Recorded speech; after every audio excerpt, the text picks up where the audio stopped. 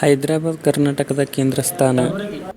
ಎಷ್ಟು ಜನ ಕಲಬುರಗಿಯವರಿಗೆ ನಮ್ಮ ಕಲಬುರಗಿ ಇತಿಹಾಸವೇ ಗೊತ್ತಿದೆ? ಏನಪ್ಪಾ ಸ್ಟಾರ್ಟ್ ಮಾಡ್ತಿದ್ದಾಗೆ ಕಲಬುರಗಿ ಬಗ್ಗೆ ಮಾತಾಡ್ತಿದ್ದೇನೆ ಅಂತಿದ್ದೀರಾ? ಹಲವಾರು ಜನರಿಗೆ ಕಲಬುರಗಿಯಲ್ಲೇ ಇದ್ದುಕೊಂಡು ನಮ್ಮ ಆಸ್ತಿಯಾದಂತಹ ಕಲಬುರಗಿಯ ಕೋಟೆ ಮುಂತಾದವುಗಳ ಬಗ್ಗೆ ಜ್ಞಾನವಿಲ್ಲದೆ ಆ ಆಸ್ತಿಯೆಲ್ಲ ನಶಿಸಿ ಹೋಗುತ್ತಿದೆ. ಕಲಬುರಗಿ ಇಲ್ಲಿ ಆಳ್ವಿಕೆ ಮಾಡಿದಂತಹ ಬಹಮನಿ ಸುಲ್ತಾನರು ಈ ಕಲಬುರಗಿ ಕೋಟೆಯನ್ನ ವಿಸ್ತರಿಸಿಕೊಂಡು ಅದನ್ನು ನೋಡಿಕೊಂಡು ಬರುತ್ತಿದ್ದರು. ಈ ಕಲಬುರಗಿ ಕೋಟೆಯನ್ನು ರಾಜ ಗುಲ್ಚಂದನು ಆಗಿನ ಕಾಲದಲ್ಲೇ ನಿರ್ಮಿಸಿದ್ದನಾದರೂ ಈ ಕೋಟೆಯನ್ನು ಸುಸ್ಥಿರವಾಗಿ ಅಭಿವೃದ್ಧಿಪಡಿಸಿಕೊಂಡು ಬಂದವರು ಬಹಮನಿ ಸುಲ್ತಾನರು. ಬಹಮನಿ ಸುಲ್ತಾನರು ಕಲಬುರಗಿಯಲ್ಲಿ ತಮ್ಮ ಸಾಮ್ರಾಜ್ಯವನ್ನು ಸ್ಥಾಪಿಸಿ ರಾಜಧಾನಿಯನ್ನಾಗಿ ಮಾಡಿಕೊಂಡು ಸುಮಾರು ಕ್ರಿಸ್ತ ಶಕ 1347ರಲ್ಲಿ ತಮ್ಮ ಆಳ್ವಿಕೆಯನ್ನು ಆರಂಭಿಸಿದರು. ಇವರಲ್ಲಿಯೇ ಮೊದಲನೇ ರಾಜನಾದಂತಹ ಮತ್ತು ಈ ಸಾಮ್ರಾಜ್ಯದ ಸ್ಥಾಪಕನಾದಂತಹ ಅಲ್ಲಾವುದ್ದೀನ್ ಹಸನ್ ಗಂಗು ಬಹಮನ್ ಶಾ ಈ ಕಲಬುರಗಿಯ ಕೋಟೆಯನ್ನು ಅಭಿವೃದ್ಧಿಪಡಿಸಿಕೊಂಡು ಅದನ್ನು ನೋಡಿಕೊಂಡು ಇಲ್ಲಿ ಆಡಳಿತವನ್ನು ನಡೆಸಿಕೊಂಡು ಬಂದರು. ಈ ಕಲಬುರಗಿ ಕೋಟೆಯಲ್ಲಿ ಭಾರತದಲ್ಲಿ ಅಷ್ಟೇ ಅಲ್ಲದೆ ಪ್ರಪಂಚದಲ್ಲಿಯೇ ಅತಿ ಉದ್ದವಾದಂತಹ ತೋಪು ಇದೆ. ಅದೇ ಬಾರಾಗಾಜಿ ತೋಪು.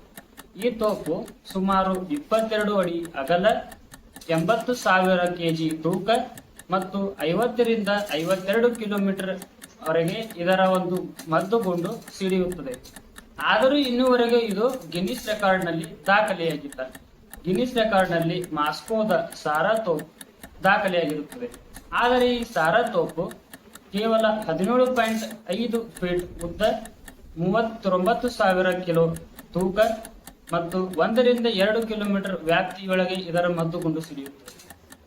ನಮ್ಮಲ್ಲಿರುವಂತಹ ಈ ತೋಪು ಗಿನ್ನಿಸ್ ರೆಕಾರ್ಡ್ ಅಲ್ಲಿ ಇದುವರೆಗೂ ದಾಖಲೆಯಾಗದಿರಲು ಹಲವಾರು ರೀತಿಯ ಕಾರಣಗಳನ್ನು ಗೂಗಲ್ ನಲ್ಲಿ ಸರ್ಚ್ ಮಾಡಿದಾಗ ಸಿಗುತ್ತವೆ. ಇಲ್ಲಿನ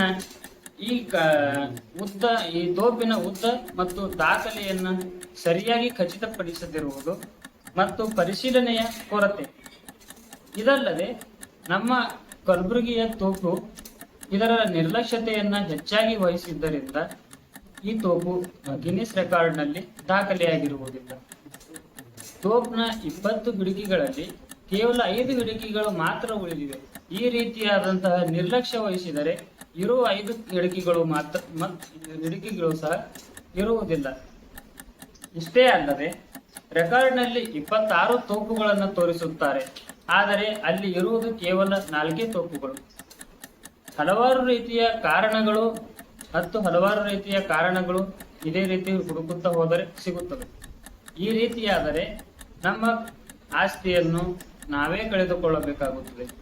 ನಮ್ಮ ಆಸ್ತಿಯನ್ನು ನಾವೇ ರಕ್ಷಣೆ ಮಾಡಿ ಮುಂದಿನ ಪೀಳಿಗೆಗೂ ಅದನ್ನು ತೋರಿಸಲು ಮತ್ತು ಅದನ್ನು ಅಭಿವೃದ್ಧಿಪಡಿಸಿಕೊಂಡು ಸರಿಯಾದ ರೀತಿಯಲ್ಲಿ ನಿರ್ವಹಣೆಯನ್ನು ವಹಿಸಿ ನಾವೇ ನೋಡಿಕೊಳ್ಳಬೇಕಾಗುತ್ತದೆ ಮತ್ತು ಅದು ನಮ್ಮ ಜವಾಬ್ದಾರಿಯಾಗಿರುತ್ತದೆ. ಇದಷ್ಟೇ ಅಲ್ಲದೆ ನಮ್ಮ ಗುಲ್ಬರ್ಗಾದಲ್ಲಿ ದಕ್ಷಿಣ ಭಾರತದ ಮೊದಲ ಜುಮ್ಮಾ ಮಸೀದಿಯನ್ನು ನಿರ್ಮಾಣ ಮಾಡಲಾಗಿರುತ್ತದೆ. ಈ ಜುಮ್ಮಾ ಮಸೀದಿ ಅಷ್ಟೇ ಅಲ್ಲದೆ ಗುಲ್ಬರ್ಗಾ ಕೋಟೆಯಲ್ಲಿ ಸುಮಾರು ಈ ಕೋಟೆಯು 57 ಎಕರೆ ಭೂಮಿಯಿಂದ ವ್ಯಾಪಿಸಿದ್ದು ಇಲ್ಲಿ 15 ವಾಚ್ ಟವರ್ಸ್ಗಳು ಮತ್ತು 26 ತೋಪುಗಳನ್ನು ಒಳಗೊಂಡಂತಹ ಪ್ರದೇಶವಾಗಿದೆ. ಪ್ರಪಂಚದಲ್ಲಿ ಅತಿ ಉದ್ದವಾದಂತಹ ತೋಪು ನಮ್ಮಲ್ಲಿದ್ದು, ಇದಲ್ಲದೆ ದಕ್ಷಿಣ ಭಾರತದ ಮೊದಲ ಜುಮ್ಮಾ ಮಸೀದಿಯು ನಮ್ಮಲ್ಲಿಯೇ ಇದೆ.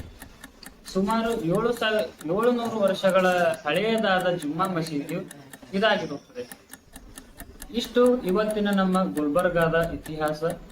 ಇನ್ನು ಇದೇ ರೀತಿಯಾಗಿ ಸಾಧ್ಯವಾದರೆ ಆ ಕೋಟೆಯಲ್ಲಿ ನಾವು ಹೋಗಿ ವಿಡಿಯೋವನ್ನ ಮಾಡಿ ನಿಮಗೆ ತೋರಿಸುವಂತಹ ಪ್ರಯತ್ನವನ್ನ ಮಾಡುತ್ತೇವೆ.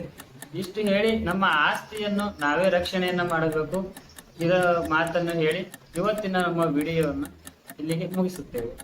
ಧನ್ಯವಾದಗಳು.